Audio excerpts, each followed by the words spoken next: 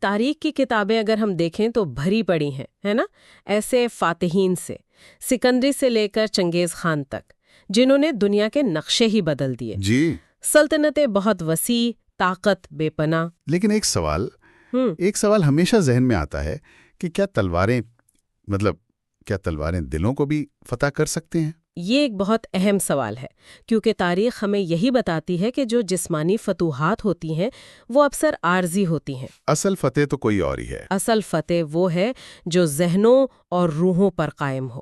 اور اسی تناظر میں عرب کے ریگستان سے ایک ایسی شخصیت ابھری جن کی بہادری کا لوہا یوں سمجھیں کہ صرف انسانوں نے نہیں مانا۔ جی، جنہیں تاریخ شیر خدا، فاتح خیبر، حیدر کرار ان ناموں سے یاد کرتی ہے۔ ہم بات کر رہے ہیں حضرت علی ابن ابی طالب کی۔ لیکن یہاں یہ سمجھنا بہت ضروری ہے کہ آج کی ہماری گفتگو صرف ایک عظیم جنگجو کی کہانی نہیں ہے۔ نہیں، بالکل نہیں۔ یہ اس شخصیت کے بارے میں ہے جس میں طاقت اور حکمت، جلال اور جمال، مطلب تلوار اور قلم ایک ساتھ جمع ہو گئے تھے۔ واہ! یہ ایک ایسے آئیڈیل کی تلاش ہے جس کی مثال ملنا آج بھی بہت مشکل ہے۔ تو آئیے اسی آئیڈیل کو سمجھنے کی کوشش کرتے ہیں، ان کی زندگی کے ان پہلوؤں پر گہری نظر ڈالتے ہیں جنہوں نے انہیں تاریخ کی ایک لازوال شخصیت بنا دیا۔ اور شروعات کہاں سے کی جائے؟ شروعات ان کی پیدائش سے کرتے ہیں، جو خود کسی معجزے سے کم نہیں تھی۔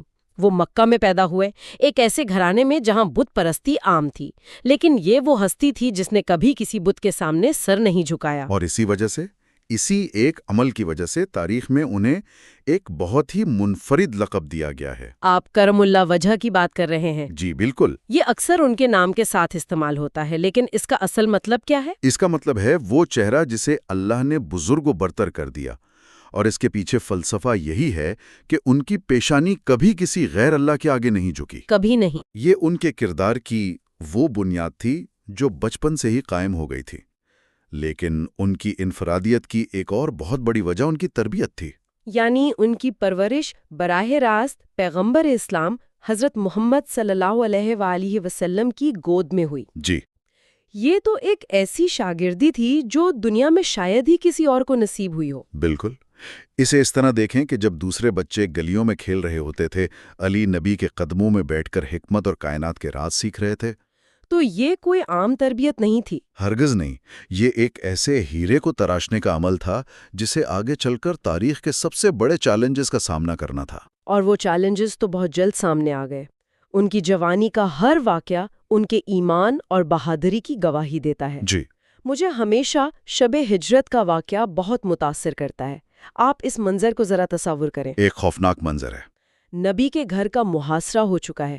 مکہ کے ہر قبیلے سے بہترین تلوار باز ننگی تلواریں لیے باہر کھڑے ہیں، اور ان سب کا صرف ایک مقصد ہے کہ گھر کے اندر سوئے شخص کو قتل کر دیا جائے۔ جی، ایک مکمل منصوبہ، موت دروازے پر دستک دے رہی ہے۔ ایسے میں کون تھا جو جان بوجھ کر موت کے بستر پر سوئے گا؟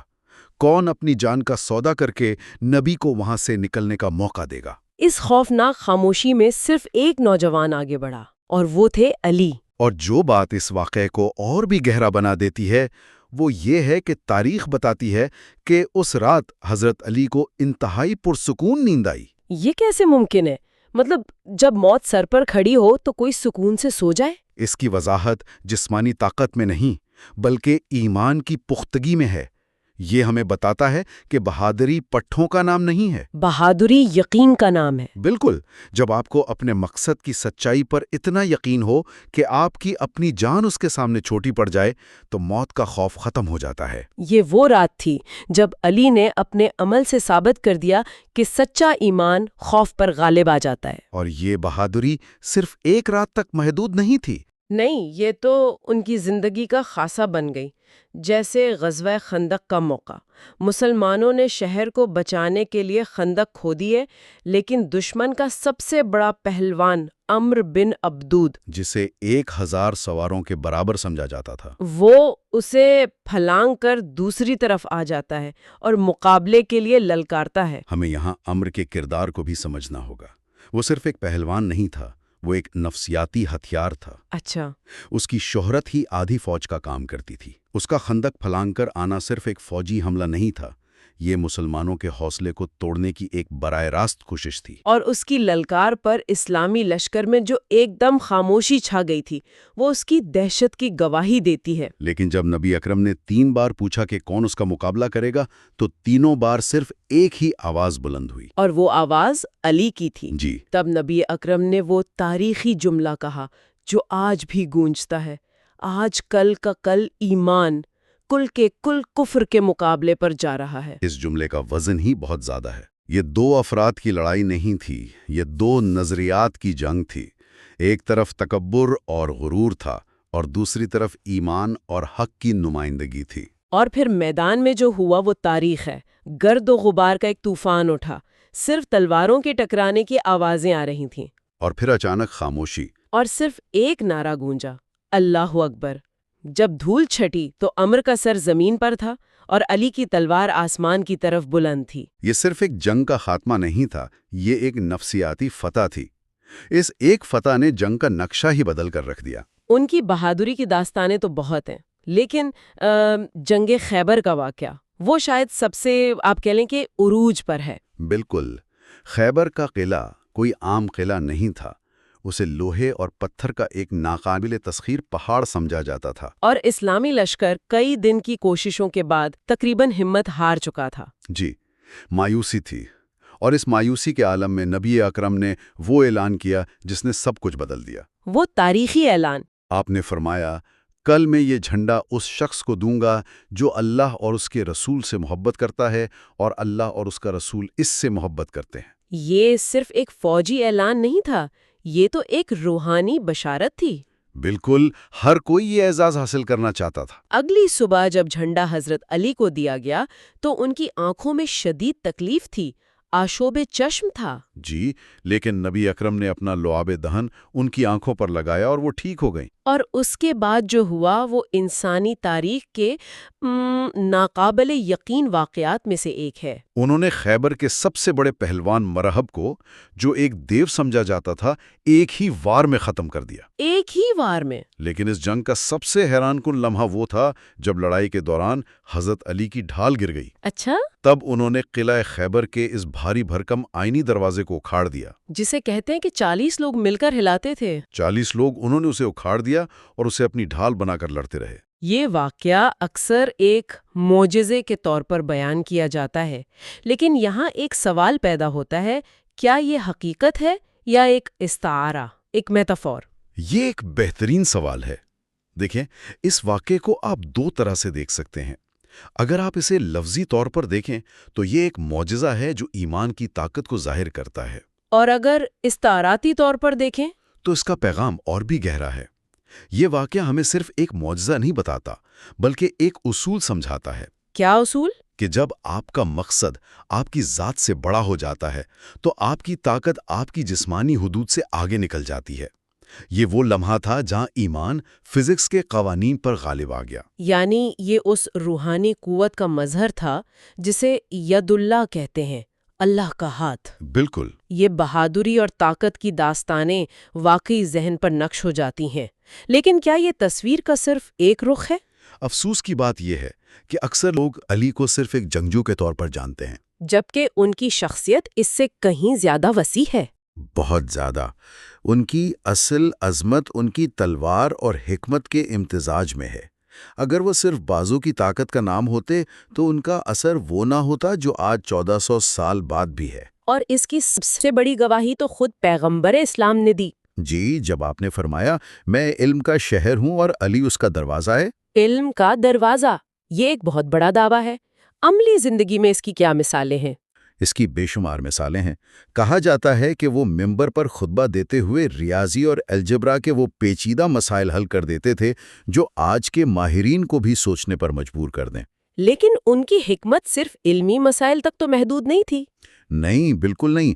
ان کے خطبات، خطوط اور اقوال کا جو مجموعہ آج ہمارے پاس نہج البلاغہ کی شکل میں موجود ہے، جی، نہج البلاغہ، وہ آج بھی پبلک ایڈمنسٹریشن اور لیڈرشپ کا ایک ماسٹر کلاس سمجھا جاتا ہے۔ آپ نے نہج البلاغہ کا ذکر کیا۔ اکثر لوگ اسے صرف ایک مذہبی کتاب سمجھتے ہیں، آپ اسے پبلک ایڈمنسٹریشن کا ماسٹر کلاس کیوں کہہ رہے ہیں؟ کیونکہ اس میں وہ اصول ہیں جو ایک اچھی ریاست چلانے کے لیے آج بھی ریلیونٹ ہے۔ بالکل. مثال کے طور پر اس میں وہ اپنے گورنر مالک اشتر کو ایک تفصیلی خط لکھتے ہیں. اچھا. اس میں وہ بتاتے ہیں کہ ٹیکس کیسے جمع کرنا ہے اس طرح کہ عوام پر بوجھ نہ پڑے. وہ بتاتے ہیں کہ غریبوں، یتیموں اور بیواؤں کا خیال کیسے رکھنا ہے، اور یہ ریاست کی ذمہ داری ہے. یعنی سماجی بہبود کی بات ہو رہی ہے. جی، وہ یہاں تک کہ ہدایات دیتے ہیں کہ اپنے سیاسی مخالفین کے ساتھ کیسا سلوک کرنا ہے. یہ صرف ایک مذہبی کتاب نہیں، یہ ریاست چلانے کا ایک عملی دستور ہے. اور اسی کتاب میں ان کا وہ مشہور قول بھی ہے جو آج بھی ہر سیاسی مفکر کے لیے ایک رہنما اصول ہے. کون سا؟ حکومت کفر کے ساتھ تو چل سکتی ہے مگر ظلم کے ساتھ نہیں چل سکتی. بالکل.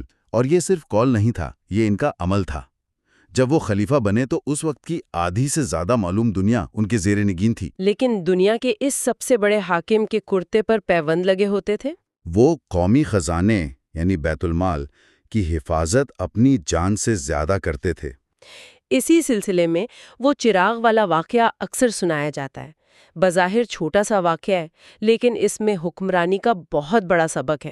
یقیناً. واقعہ یہ ہے کہ ایک رات وہ سرکاری کام کر رہے تھے اور بیت المال کے تیل سے جلنے والا چراغ روشن تھا. ٹھیک. ایک شخص ان سے کوئی ذاتی بات کرنے آیا. جیسے ہی گفتگو ذاتی موضوع کی طرف گئی، آپ نے فوراً سرکاری چراغ بجھا دیا اور اپنا ذاتی چراغ جلا لیا. جی. اس شخص نے حیرانی سے وجہ پوچھی تو آپ نے جواب دیا. کیا جواب تھا؟ آپ نے فرمایا کہ جب میں سرکاری کام کر رہا تھا تو مسلمانوں کے پیسوں کی روشنی استعمال کر رہا تھا. اب چونکہ گفتگو ہماری ذاتی ہے تو میں قوم کا پیسہ اپنی ذات پر خرچ کرنے کا روادار نہیں ہو سکتا. ذرا اس عمل کی گہرائی کو سمجھیں. آج کی دنیا میں ہم اسے کانفلکٹ آف انٹرسٹ یا سرکاری وسائل کا ناجائز استعمال کہتے ہیں. تو انہوں نے 1400 سال پہلے عوامی ذمہ داری اور ذاتی مفاد کے درمیان ایک ایسی واضح لکیر کھینچ دی جس کی مثال آج بھی ملنا مشکل ہے. بالکل. تو ان کی شخصیت کے یہ دو رخ بالکل واضح ہیں. ایک طرف خیبر کا میدان ہے جہاں وہ ناقابل تسخیر جنگجو ہیں، اور دوسری طرف کوفہ کی مسجد کا ممبر ہے جہاں وہ ایک عادل حکمران اور علم کا دروازہ ہیں. اور یہی ان کی عظمت ہے. ان کے کردار میں ایک تسلسل ہے.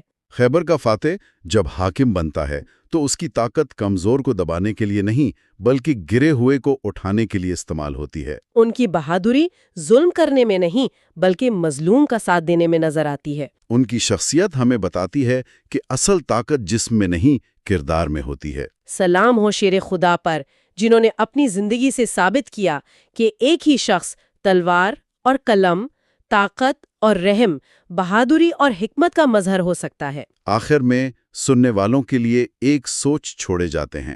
جی ضرور. آج کی دنیا میں جہاں حکمران اور کارپوریٹ لیڈرز دولت اور طاقت جمع کرنے کو ہی کامیابی سمجھتے ہیں، ذرا تصور کریں کیا کہ اگر حضرت علی کے اسی چراغ والے اصول کو جدید طرز حکمرانی پر لاگو کیا جائے تو اس کے کیا نتائج ہوں گے؟ یعنی اگر ہر وہ شخص جو عوامی عہدے پر فائز ہے عوامی وسائل اور ذاتی مفاد کے درمیان ویسی ہی لکیر کھینچ لے تو ہماری دنیا کیسی ہوگی؟